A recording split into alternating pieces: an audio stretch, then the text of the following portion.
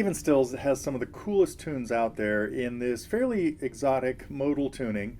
I am doing this in DADDAD, D-A-D-D-A-D.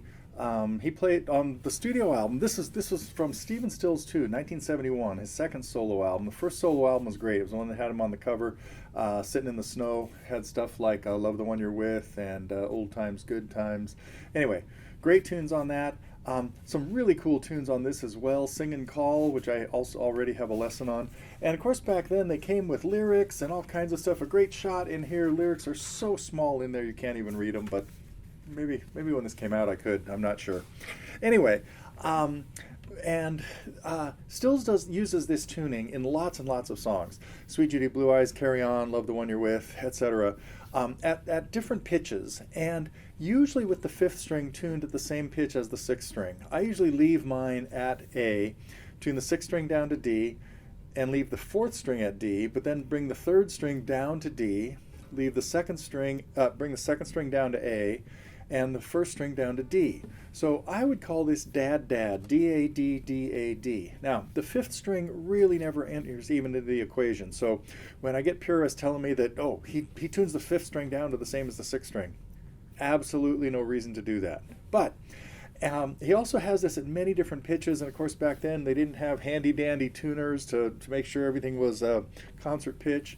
So I believe the studio recording on that record is a hair low. But even things like "Love the One You're With," this same tuning is down to C, so it can range anywhere from C to E in terms of the actual pitch. I'm doing this in D, so that's where we're hearing it.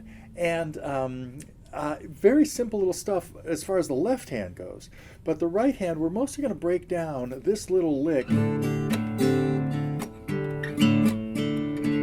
and get some of the percussion in there. That's going to be the biggest part of the lesson. Then we'll talk about the chord progression. A lot of lyrics to this. If you decide you want to sing it, it's looked at some live videos where even Stills couldn't remember the words. It's like he kept tripping up and kept messing around. We will talk.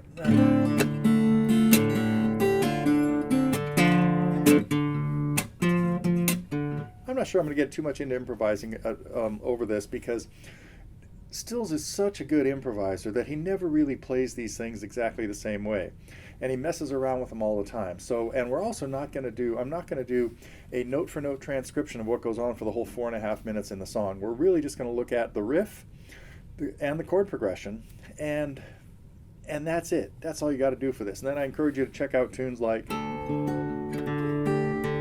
and 20 as well,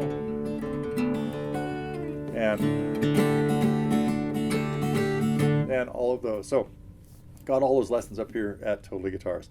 Okay, enough rambling. I will get into breaking down this cool tune, Word Game by Stephen Stills, in the next couple of segments.